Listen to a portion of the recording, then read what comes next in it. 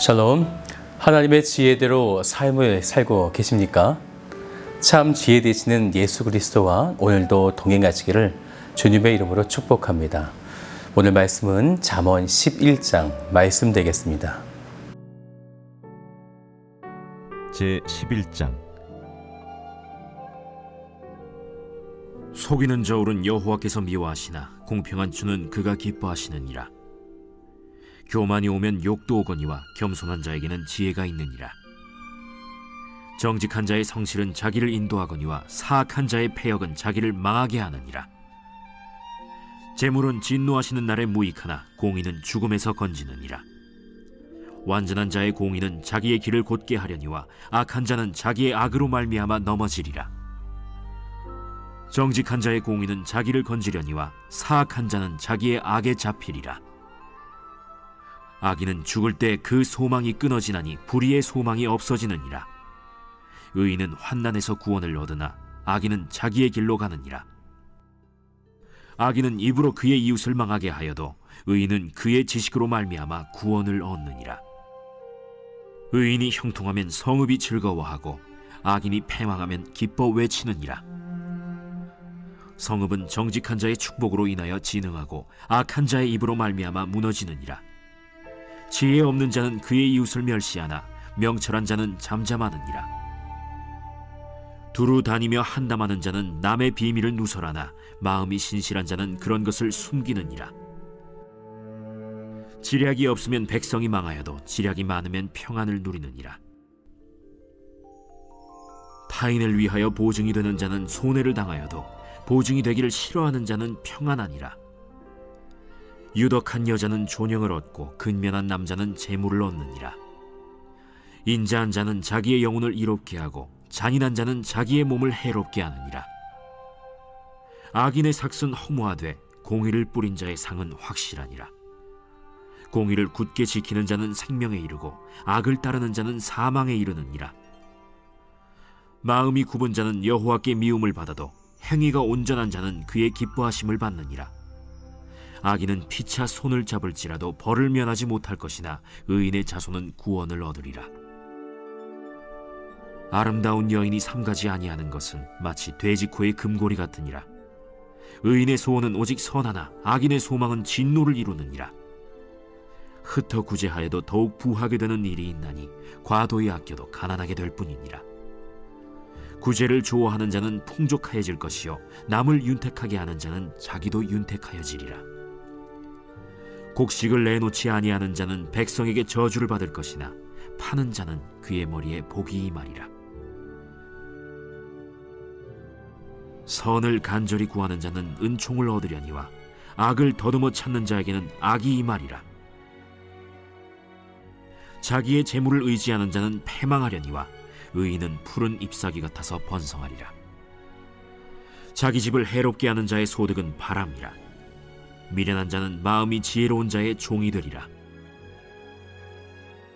의인의 열매는 생명나무라. 지혜로운 자는 사람을 얻느니라. 보라, 의인이라도 이 세상에서 보응을 받겠거든 하물며 악인과 죄인이리요. 1장부터 9장까지 내 아들아 부르면서 이 아들은 아버지의 계명과 어미의 법을 기억하여 그 지혜를 따를 수가 있었고 또 불순종하여서 음료를 따를 수도 있었는데요. 이제 10장부터는 지혜자의 삶과 어리석은 자, 즉 음료의 길을 따르는 악인들의 삶의 결과를 보여주게 되어집니다. 오늘 잠언 11장은 그러면 여호와 하나님께서 어떤 자를 미워하시고 어떤 자를 기뻐하시겠는가? 먼저 1절을 같이 볼까요? 속이는 저울은 여호와께서 미워하시나 공평한 추는 그가 기뻐하시느니라. 그러면서 매 절마다 정직한 자, 지혜가 있는 자, 겸손한 자, 완전한 자, 이런 식으로 하나님이 기뻐하신 자를 다양하게 표현하고 있는데요. 이러한 표현은 우리 인간 사이에서도 옳게 여기는 좋은 모습들이죠. 그래서 하나님도 속이는 저울은 미워하시고 공평한 추는 기뻐하시는 옳은 의를 가지고 계시다. 그런데 여기 미워하시다라고 하는 이 표현에는 물질적인 손실과 영혼의 파멸까지를 함축하고 있는 것입니다. 그래서 여호와 하나님이 기뻐하시지 않고 미워하시는 사람은 그런 부정적인 사고방식을 하나님께도 그리고 사람에게도 행하고 있음을 보여주고 있는 거죠. 그래서 이러한 정직하지 못한 자, 악인들은 음료의 길을 쫓아가는 악한 자가 되는 것인데요.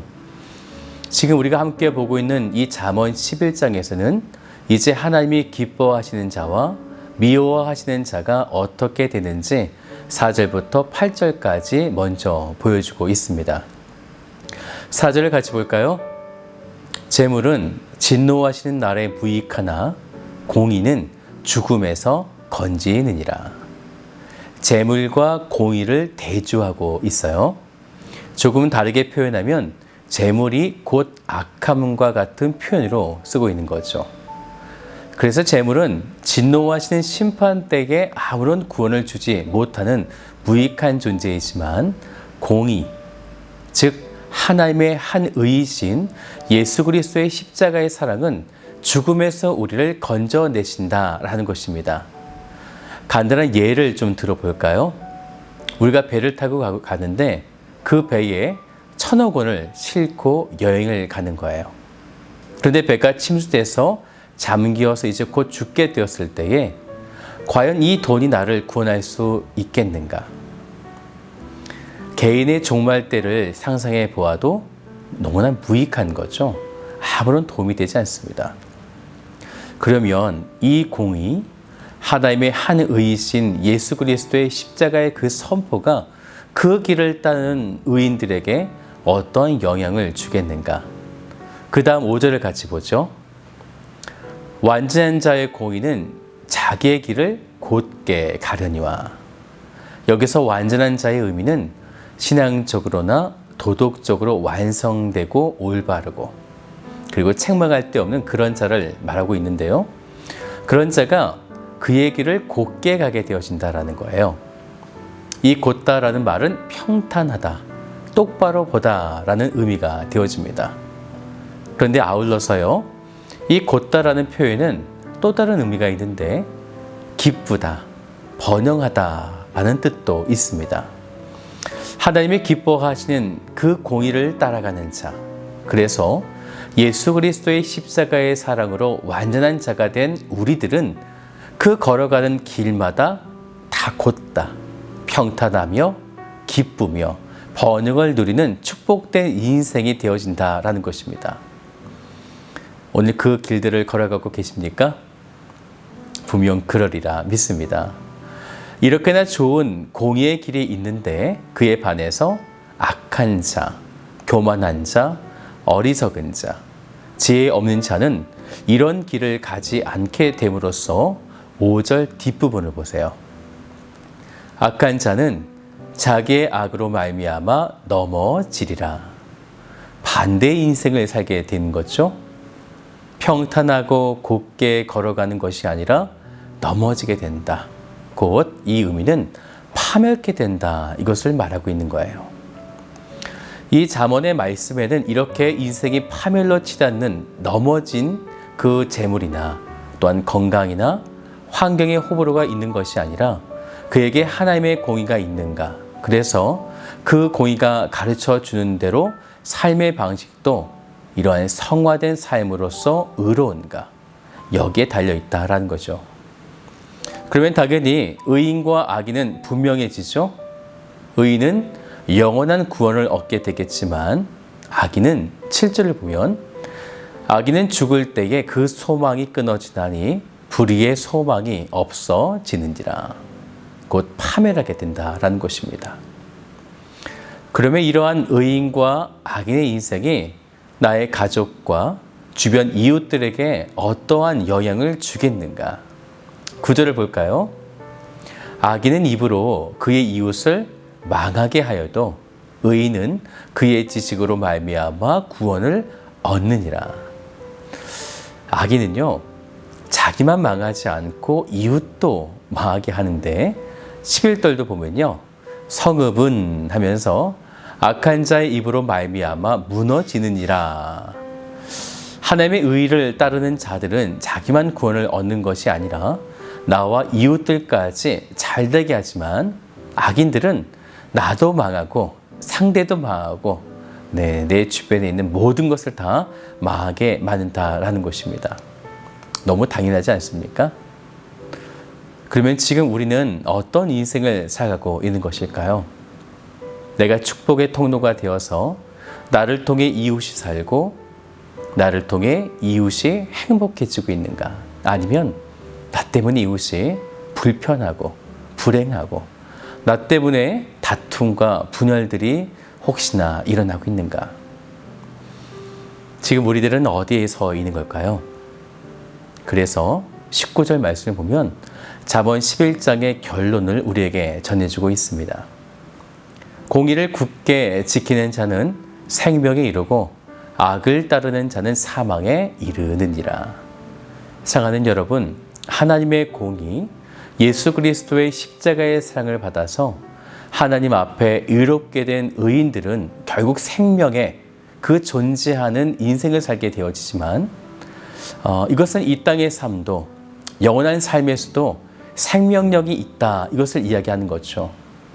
예수 그리스도의 지혜를 갖지 못한, 하지만 악인들은 무엇을 하더라도 파멸과 멸망, 죽음이라고 하는 어둠의 사슬에서 벗어날 수가 없다는 것입니다. 우리는 재물로서 또 남을 속이며 사기로서 더 많은 부를 축적하려고 하지만 결국은 망함과 멸망에서 벗어날 수가 없는 것입니다. 그래서 28절을 보세요. 자기의 재물을 의지하는 자는 패망하려니와 의인은 푸른 잎사귀 같아서 번성하리라. 잠언 11장에서 재물이 상징하는 것은 단순히 돈이 아니었습니다. 내가 의지하는 모든 것들, 결국 하나님 앞에 모든 악, 곧 음녀의 길은 패망한다라는 것입니다.